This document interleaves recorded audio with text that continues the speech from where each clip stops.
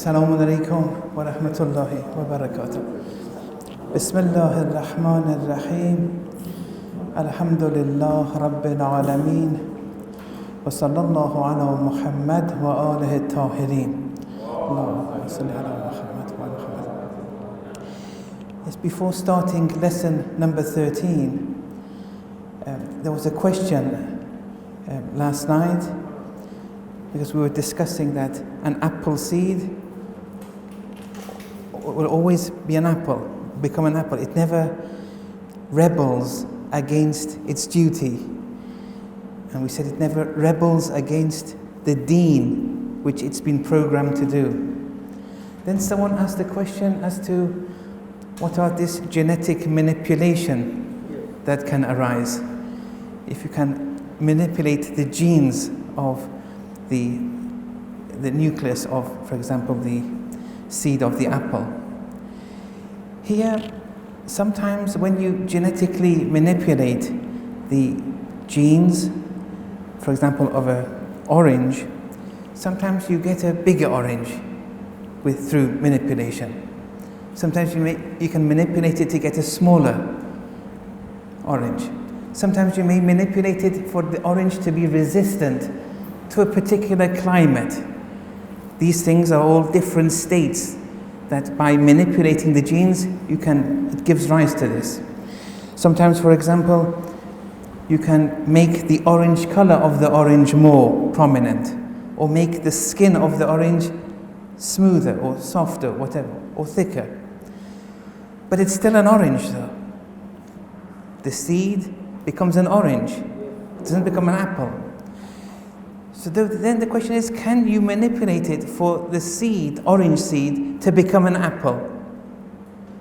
That's impossible. You can't do that. Yes, if the orange seed is put an end to, it perishes. And then with the material, you now manipulate it for it to become an apple seed, or an apple seed for it to become an apple, yes. But that doesn't mean the orange has become an apple. That orange seed, its existence and identity of an orange, yes, has to end. And now it decays or rots, and with new materials you can manipulate it for an apple to come. But you have to start again. Not that the orange becomes an apple. So if it's an orange, if the seed is an orange, it can only be an orange. Yes, the states can differ, but you can't make an apple out of an orange. That was a good question, the brother. I think the question was, in addition, was it that the guidance part? Yes. Once it's genetically modified, does it still follow the path of the guidance? It would qualify as guidance. There's no difference there. Okay. Yes, So yes. it will still Yes. qualify as guidance. Yes. Okay. Now, lesson 13. So he starts by saying, so every moving entity is moving towards a goal, it's moving towards perfection, and therefore there exists many goals and many perfections in the cosmos. And the higher the nature of the goal, the higher the nature of the perfection is, the higher the essence of that moving thing is, because it's moving towards a higher perfection than something else. When you compare what an animal is moving towards, what a plant is moving towards.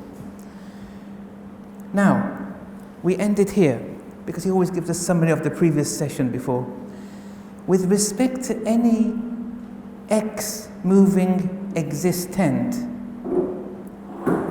when you look at this moving thing, at a given point, in and of itself, so you don't look at the whole picture, you don't compare it to its succeeding or preceding stages.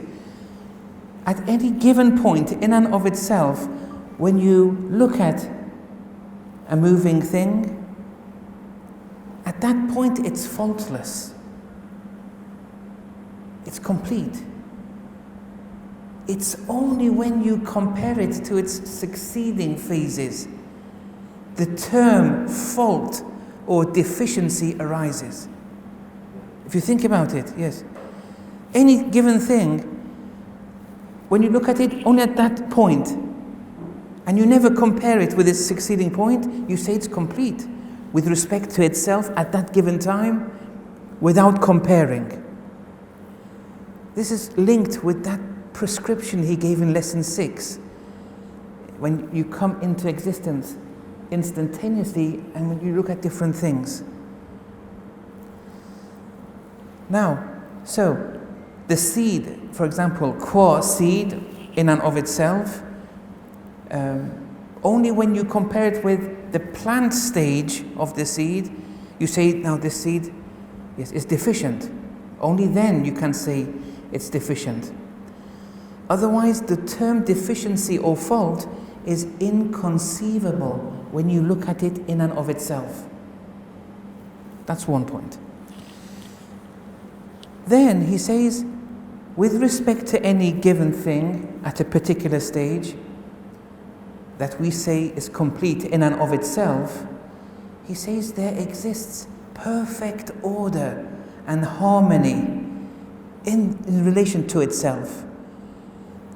It's based on power, knowledge. There's an intelligence behind all this. And we observe it, all these different creations, and we say it's created with a power behind it, with a knowledge. It's based on a knowledge. It's based on some form of power, knowledge, and so on and so forth. We don't say it's futile, just come about, or accidental.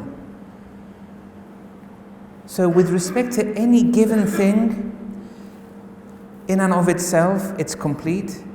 And when we see it, we say it's based on some form of knowledge. The creation that we see is, there's some intelligence behind it, there's harmony, there's an order. And this applies to any given thing. Then he says that any unbiased mind of whatever background would see nothing but the reality of order, harmony, and the justice in all things in the cosmos. So with respect to any given thing at any particular time, whoever is unbiased and looks at it, they can't but conceive of this idea that everything is in harmony with one another, everything is in the right place, and it's all based on a knowledge and harmony. Everything is working together when you look at the different things in your surroundings. They say that there must be intelligence behind this, some form of knowledge has participated, contributed to all this. And everything is working in harmony and it's based on knowledge. Now, in Arabic, the word for cosmos is alam. Now, I don't want to go into a morphological, sarfi discussion here, but it has a lot of meaning, this paradigm of a word. And literally, because it stems from ilm, alam, it stems from the root word ilm.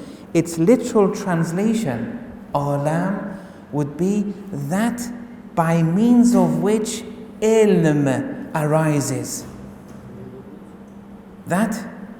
So alam is that which, by means of which ilm arises. That's the very literal definition of it. Then Ayatollah Hassan Zadeh says, and I'm translating, on deliberating deeply one day, I entered a state, like a trance. And then on exiting that state, the result of my journey, the spiritual journey he had, was that the cosmos, alam, is just knowledge piled over knowledge. Look, he gained access to this truth. He felt it deep down in his heart.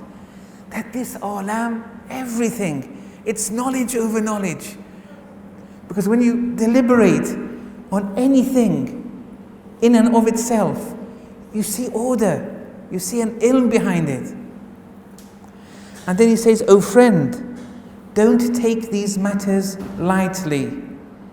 Deliberate, especially at night, for such deliberations are to yield benefit." Okay. So that's lesson 13, we end there. In lesson 14, he starts by saying, so in the abode of existence, any given thing in its own right and seen in and of itself without comparing is complete, perfect and faultless. So he then asks a question, how does good and bad, vice and virtue arise in the order of existence? He says, look at nature, look at the winds, rain, the solar system, all these planets moving, earthquakes, volcanoes, etc. Are these bad? Then he gives a few examples. He goes very slowly. For the next 3 or 4 sessions, these are all linked together now. He says, if someone makes a good deal one day, he will say, today was a good day. Let's say he's a businessman. If he has a bad deal one day, he says, today was a bad day. Look, this is how normal people, the common lame person thinks. And if they had seen an animal on the day they had a bad deal, they would have said, that animal is a bad omen. And this was 50, 60 years ago. Maybe this was common in Iran. Some of the people may think like this. So I remember once in Mecca, I'd put one foot over the other foot, just sitting down normally. And this lady was passing, and she said, just open the feet a bit. Now, I just opened them. I didn't understand it at all. There was someone next to me, and I can't remember who it was, but they explained to me that, no, she's superstitious. That's a bad omen if she passes with your feet crossed, yes. Or for example, the day someone had a very good transaction and they saw an animal the same day, they would say that animal is a good omen. So the next day they won't exit the house until they see that animal. Then they'll come out. Look, he's trying to dissect the mind of the common layperson, what they say is good and what they say is bad. Sometimes these kind of things arise. For example, heavy winds, the farmer will say it's very good. But the construction worker would say it's bad, for example. Yes. But when we look at the wind, the rain, when we look at it in and of itself, our rationality says, no, there's a reason behind that. There's a knowledge behind it. There's an intelligence behind it. It's part of the order of the cosmos. It's all working in harmony with one another. There's a rationale behind it. It's not accidental. It's not futile. So, but why do people then complain so much of X, Y, or Z natural phenomena? They say, the weather's like this is like that. Why the earthquake in Haiti or this or that? And then he says, be careful. Make sure you don't act in a way that you qualify as a child in an adult body, saying this kind of talk is childish. You have to grow. And he says, deliberate. In lesson 15, he says, continuing with vice and virtue and their place in the order of existence. He's adding newer and newer examples. He says, the human saliva, for the human, it's a source of life. But if you drop a bit of human saliva into the mouth of a snake, the snake will die. Ayatollah Hassan Zadeh says it.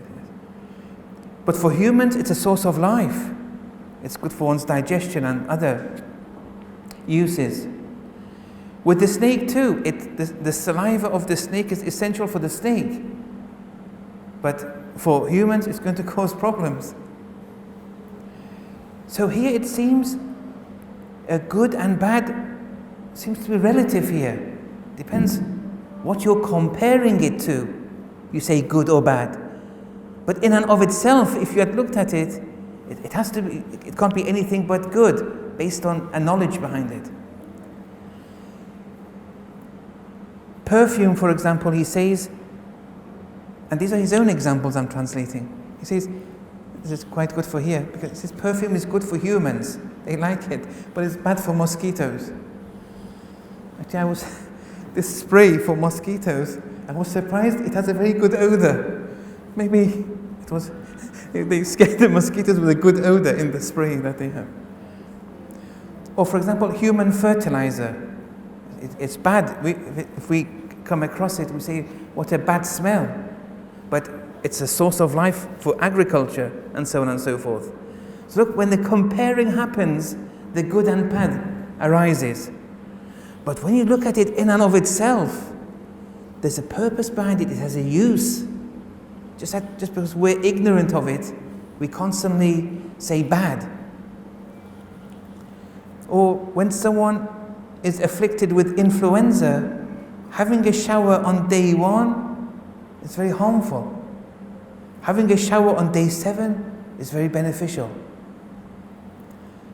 So good and bad seems to be arbitrary, seems to be relative. When you look at any given thing or action in and of itself with no comparing, you say it's good. Any action without comparing is good. Even there may be someone who commits a very bad action. That's on a par with their essence. You don't expect anything. A lion bites, a leopard attacks. Now a human, if their constitution, it's cause and effect. That's what they are. But when you compare it with something, that action you say is bad. For example, when you compare a sin to the potential to reach perfection, and this sin distances you from perfection, you say that's bad. Or when you commit an action which makes you closer to perfection, you're comparing it with perfection, you say that action is good.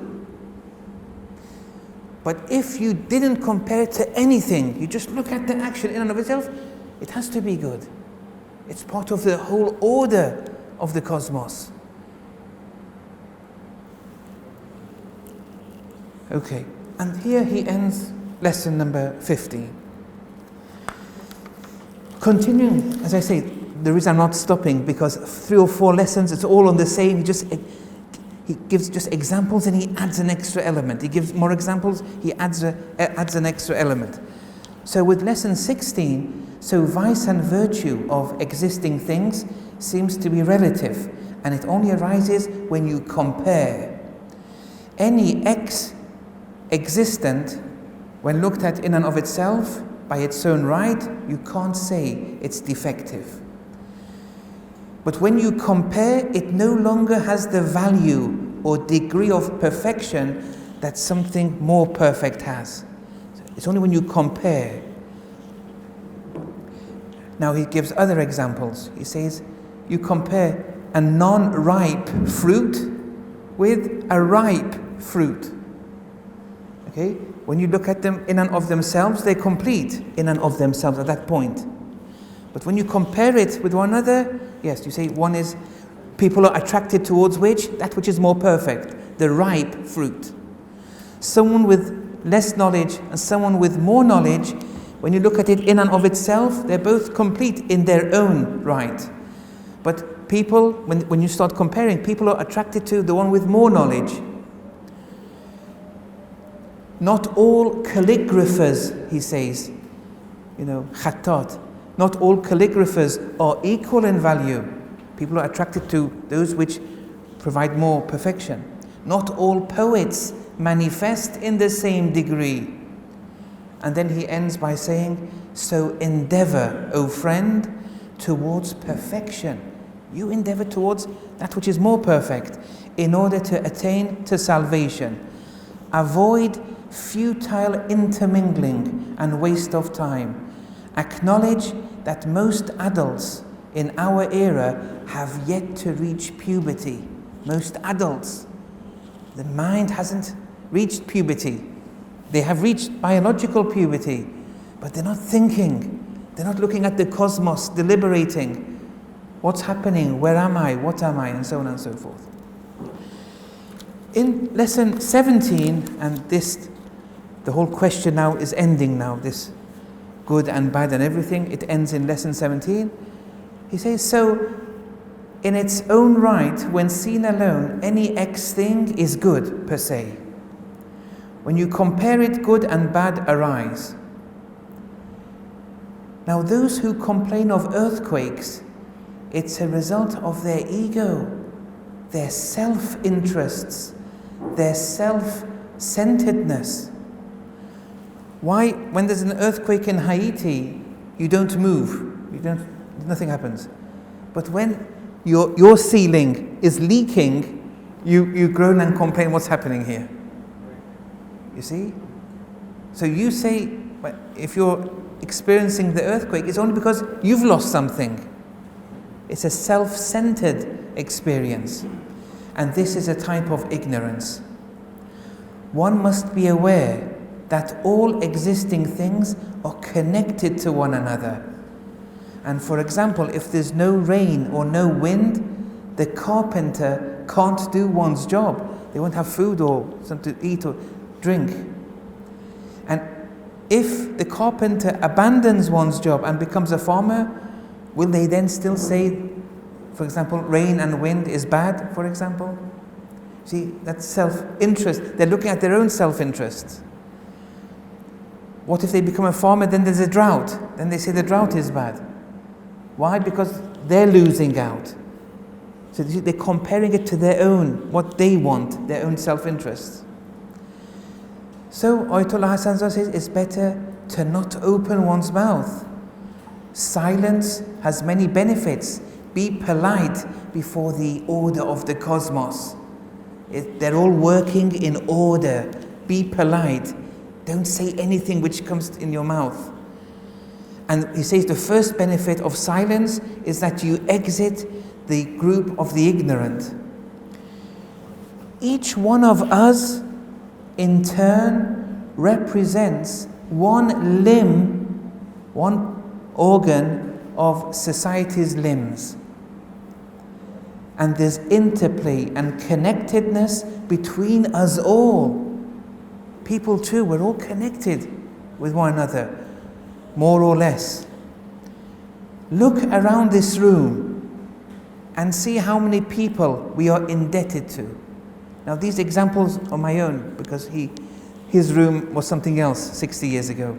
But look at this microphone, the chairs, the floor, the food, the hygiene. Look how many people have participated in making this. The hygiene, the mosaic, the cameraman, and who taught the cameraman, the order. Look around, look how many people we're indebted to by just sitting in a room. Everyone's interconnected. Paper, pen, lights. We have to be kind to everyone because everyone is interconnected with.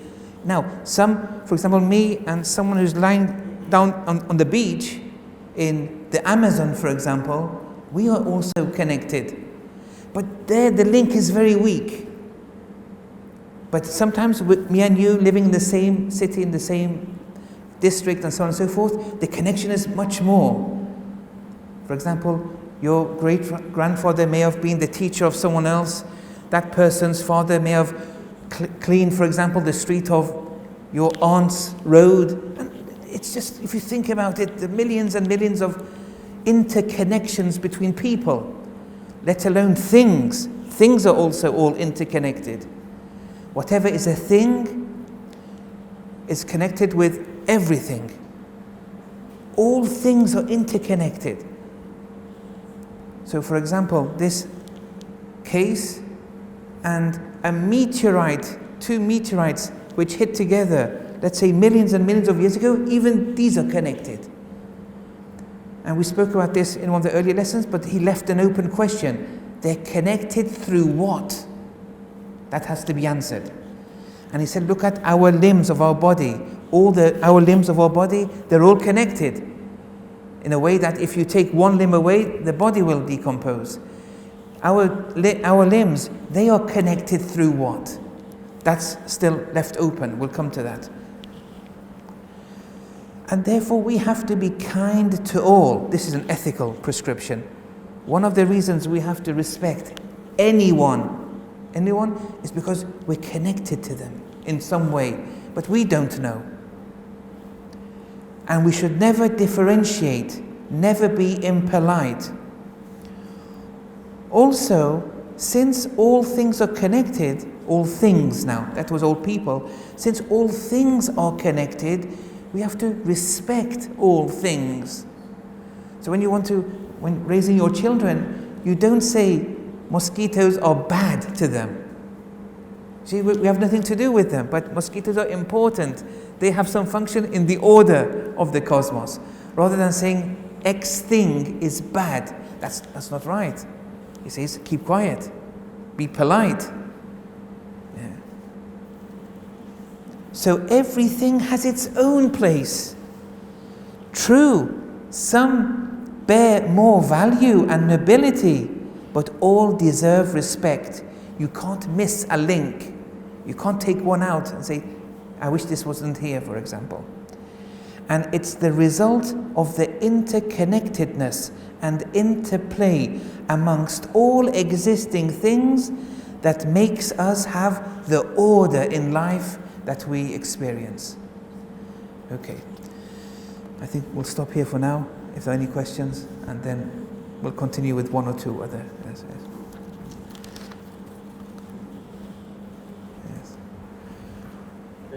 Yes. First, the natural events. Yes. So famine, like the heavy rains and winds, could be someone's ego because, like you said, a farmer and a farmer or a carpenter. But something like an earthquake, which nobody generally benefits from an earthquake. Or a tsunami or something of that, of that caliber. Nobody generally benefits, no matter who you are. Yes. How does that fall into this? Well, all these things that you've mentioned, the tsunami, earthquake, are they existence or non-existence? It's all existence. And this existence, all things are connected in existence. When you say no one benefits, that has to, because we don't know. For example, many years ago, maybe someone didn't understand what the benefit of certain planets were. And over time, they discover that these planets, for example, if it wasn't in such an arrangement, it would have caused harm. This is based on, we don't know why. Yes.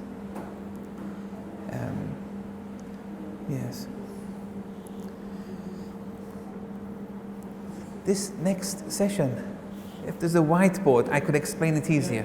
Yes. Yes, I think, because he himself draws a diagram. Ayatollah Hassan Zadeh, he draws a diagram in chapter 18, in lesson 18, yes.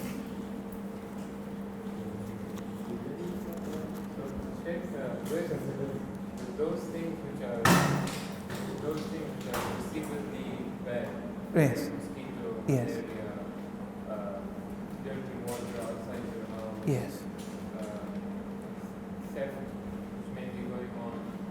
Where do you draw the line if you intending that positive outcome? Yes, so there are two outlooks you have to have. You look at it on its own. Did you say theft also? Yes. Yes. So you look at it on its own, then you look at it how it's leading to, is it getting you closer to perfection or not? When you look at it on its own, it's coming out of someone whose inner constitution dictates that. It's all based on order there. If you're a thief inside, you're going to steal. That's part of the order. That's harmony. Okay, there were causes which led to such a person doing it, and it's doing wrong. But it's all based on knowledge and order. Okay? So there you can't criticize that act in and of itself. It's a providential thing. It's a takwini thing. But when you look at it and then compare it to if it's taking something, stealing something from you, then Or you have to look at it for the person themselves. If it's getting them further away from Allah because it's a sin, then you say it's bad. Because it's distancing you from perfection. You say it's bad. And that's why the Sharia says this is bad, this is good. The criterion is getting closer or getting more distanced to one who is the owner of all attributes of perfection. But for you even, when someone steals something from you, okay, if you were to react in this way and say, Alhamdulillah, the money wasn't mine, it was Allah's. Lillahi ma fis samawati wa ma fil ard. That theft is a good thing for you. You got closer to Allah. You didn't do it on purpose. They stole it. But you are now getting more perfect. If though you groan and say, I lost this, I lost that, and you make everyone's life a misery, that's going to be bad for you. Okay, so you have to see how you react to it. But that's the second outlook. But the first outlook, in and of itself, it's part of the order. We have animals eating one another. Humans do this too. It's part of the system. But one can say that this is a violation of rights, whether it's for me or to someone else. No, when someone with their free will is stealing, they've done it with their free will. Now they have evil constitution. They will manifest it how? Through theft, through lying. It's all based on, knowledge. It's all based on an intelligence. But because they have free will. Yes, let's say if something didn't have a free will and these things would happen, there you could question it. But not when they have a free will. That free will has an order in itself.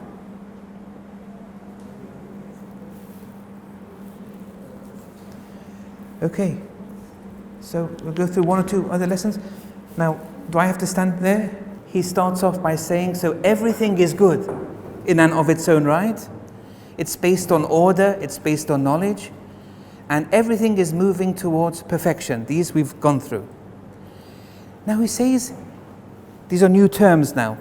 Occurrences, something which occurs. An event, an incident. Occurrences. They occur in one of two ways. Instantaneously or gradually. Okay? That's the statement. Occurrences occur in one of two ways. Instantaneously or gradually. Then he draws this diagram. Yes. No, both of them. He says they do both. Yes.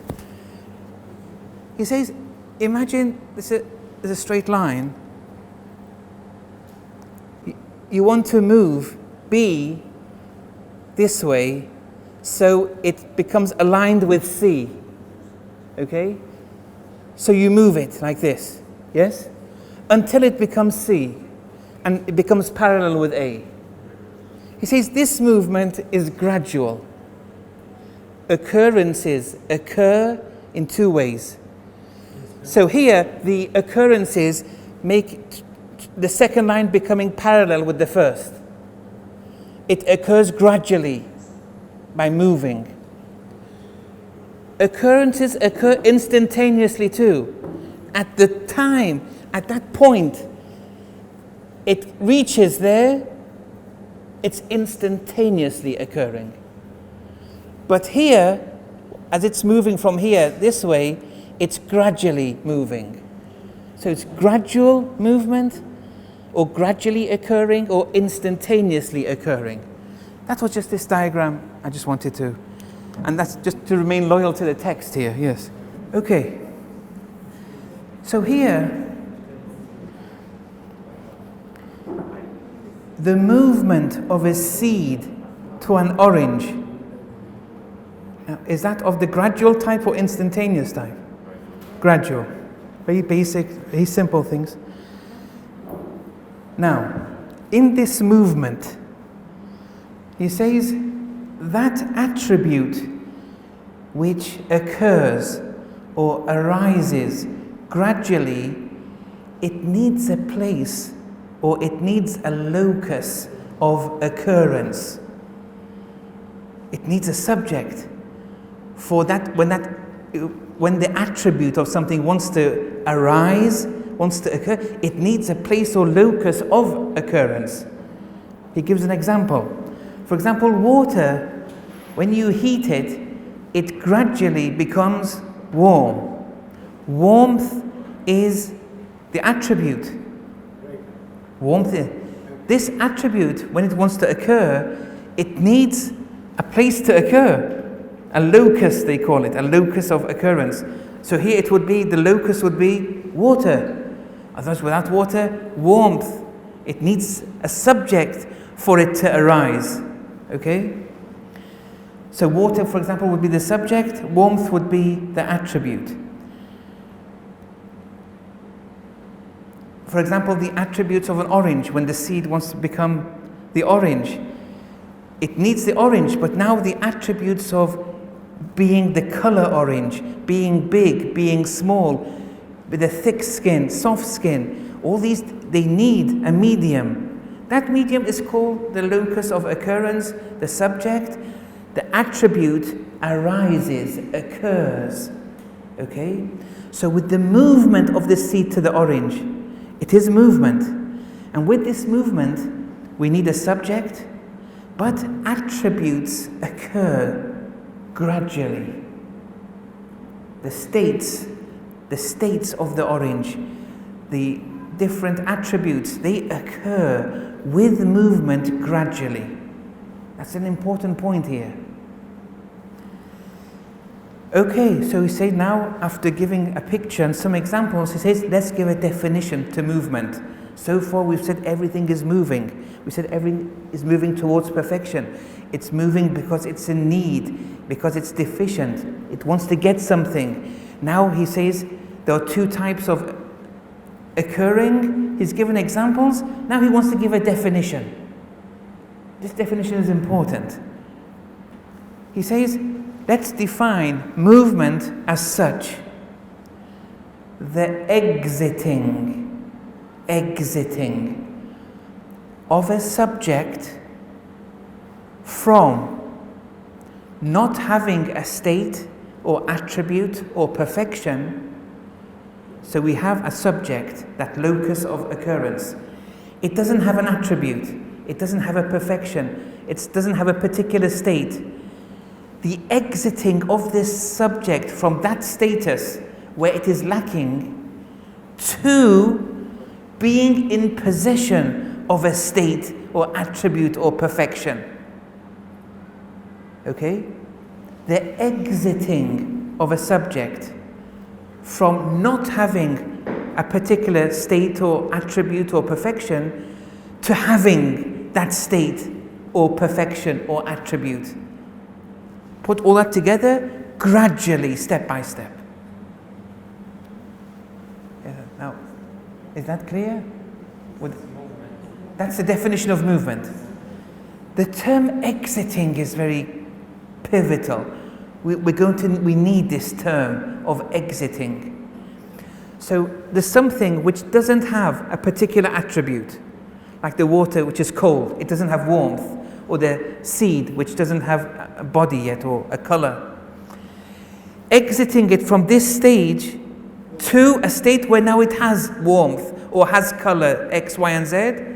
This exiting from one state where it's lacking to another state where it has that attribute gradually, step by step, that is the definition of movement.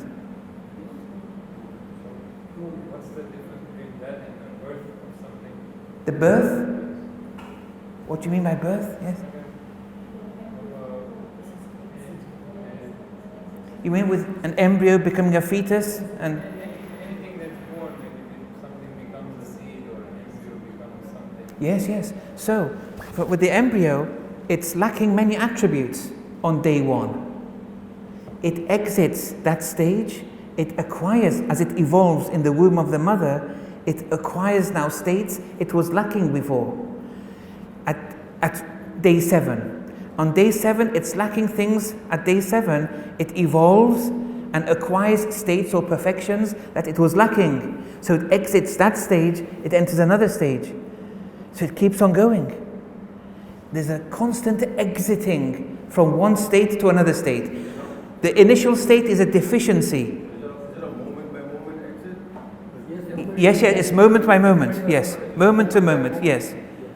With some things it's more clear. With some things it's very much more slower, like earth to gold. This is a very important definition. We're going to need this. Look, why? Because we're going to speak about ma'rifatun nafs. Me, when I grow, what is it which is growing? How? What state didn't it have? Then it gets. Look, all these are just introductions. We haven't got to the main theme yet. As I said, on lesson 70 something, he says, get ready, get ready. We're getting to the neck of the mountain. Something's going to happen. Yes. Inshallah, we don't fall from there. Yes. And he ends lesson 18, and I think we'll end here with lesson 18. He said, therefore, movement can be classified into two: general movement and specific movement. Now, listen carefully to this one. We want the specific movement. It applies to us more. But it's good to appreciate what general movement is. I've given you a definition of movement, the exiting from one state to another gradually. General movement is the exiting. It happens in absolute terms. Absolute, what does it mean? It means exiting happens irrespective of whether it reaches its objective or not. Right? The exiting happens, but it may be from seed to plant, but not to the orange. But that's an exiting. That's general movement. We call that sometimes alteration. Change has happened. But with specific movement, the exiting happens, but it reaches its objective. And that applies now. We need that. That's specific movement, where the exiting from state to state is happening in this movement to perfection, and it reaches its objective. Now everything has its own objective. Everyone to their own. Think about it. Let's digest that a bit. Inshallah, we'll continue tomorrow. Wa sallallahu ala Muhammad wa ala